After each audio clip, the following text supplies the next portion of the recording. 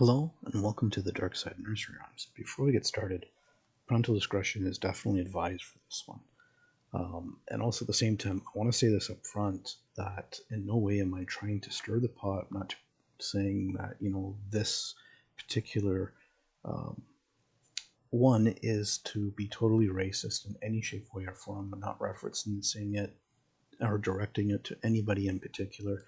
I'm more just using this as an educational type purposes. So please, if it does stir thoughts in your head, does make you feel offended, or you think that I'm being racist by doing this particular dark side of nursery rhyme that I'm about to do, just take it with a grain of salt, please, and just remember it's for educational purposes only.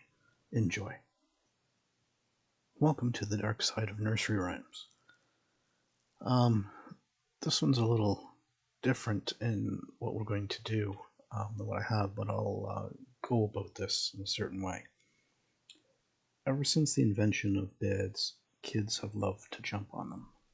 The springier, the better. Similarly, ever since the invention of beds and the decision for kids to jump on them as high as they can, parents have been attempting to dissuade the young ones from doing so. Why? Injury, of course. That works. Also created popular children's song and nursery rhyme, Five Little Monkeys. Some of you may know it as 10 Little Monkeys and a couple other names, but I'll be referring to this as Five Little Monkeys. So, the rhyme's origin, whether you want to call it a folk song, a children's song, a nursery rhyme, Five Little Monkeys remains just as enjoyable to sing and act out. The song includes a game which mimics the lyrics of the song and follows a descending sequence refrain in which five of them, four, then three, then two, then one, monkey decided to jump on a bed. In each verse, one monkey bumps his head and falls off the bed. That's when the local doctor, still making house calls, comes to the door and incredulously tells the parents and the kids, no more monkeys jumping on the bed. So basically, an American rhyme includes some similarity to others from other regions and cultures, like Australia, or Austrian, sorry. We bom nach ban Auschwitz, and the African American shortened bread, which I'll get to a little bit later on, which includes a verse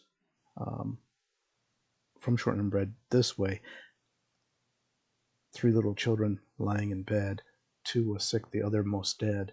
Send for the doctor said, feed them children on shortened bread.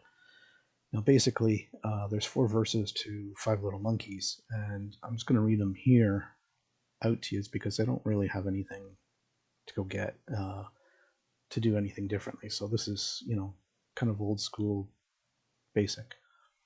Five little monkeys jumping on a bed. One fell off and bumped his head. Mama called the doctor said, no more monkeys jumping on the bed. And that goes on for 4, 3, 2, till finally it comes to the last one. One little monkey jumped on the bed. He fell off, bumped his head. Mama called the doctor said, put those monkeys straight to bed, or to bed. Now, there's alternatively a sixth stanza or verse, if you want to call it that. No little monkeys jumping on the bed. None fell off and bumped their head. Mama called the doctor said, put those monkeys back to bed. Now, there's hand gestures and dancing to do these things, depending on, of course, the height of your ceiling and the actual bed, etc., but this may not be preferred. Your fingers bouncing on the palm of your hand. When a monkey bumps its head, you can hold their own head as if it's hurting. Then when the mother calls the doctor, they can hold their hand up to their ear and mouth like a phone. Then when the doctor gives his advice, wag their fingers in judgment, to them.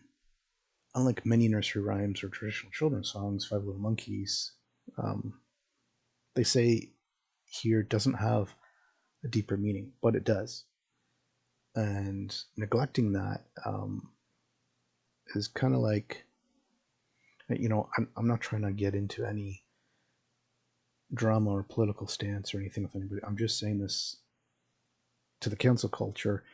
They would rather prefer that this isn't done because they see and deem this song according to its kind of ways that its origins that is racist, derogatory, and it kind of was. So with that, I do have the original lyrics for the song, and before I do that, I'm also going to refer something else that Disney did a little stick cartoon known as Brer Rabbit and the Tar Baby. Now, Tar Baby can be considered a racist symbolization, meaning that it was interpreted by many as a racial slur, and politicians have gotten in trouble for using it. But the original context, like meaning that the original metaphor for this was actually a sticky situation that got worse, and the more one tangled with it, okay, it got even worse. That's the original true definition to the word tar baby. But in this one, the reference was a sticky situation, but because certain songs were sung and things were said, that it became this thing that they needed to cancel this because it was racist, get rid of it. And I think Disney did that with a few different stories that they did and songs in this, took it down so they're not playing it. Once in a while, I think they might bring it out, out of the vault and, put it out and may edit them differently. Now, I don't sing this. I'm not going to do it. I'm just going to go through a little bit of this song, Shortened and Bread, just to give you what it is. And I'm going to try to say it in the actual words that are here. But also at the same time, I want you to remember that the words I'm using and what I'm saying is I'm not directing it to anybody. I'm not trying to be, causing any problems. So please, this is just for educational purposes. And as that type aspect, that's all this is. So take this all with a grain of salt and, don't get your panties in a twist. So basically, it starts off with two little niggers lying in bed, one of them sick, and the other most dead. Call for the doctor, and the doctor said, feed them darkies on shortening bread. Mama's little babies love shortening, shortening, mama's little babies love shortening bread. Shortening bread, how I love shortening bread.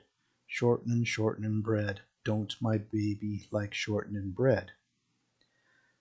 Sold the scaleless, sold the lead, stole that gal making shortening bread. Got 6 months for the skillet, got 6 months for the lead, got 6 months for the gal making shortening bread. You kind of get what's going on here. I'm just going to go down to another line. To other little niggers sick in bed, when he hear tell him shortening bread, pop up while he dance and sing. He almost cut the pigeon wing. Okay, I do love liquor and I will take a dram. I'd rather be a nigga than a poor white man. Basically, that's where it came from as a song. And about 1934, this came out from by John A. Lomax and Alan Lomax. Now, this is an American ballads and folk song from that time.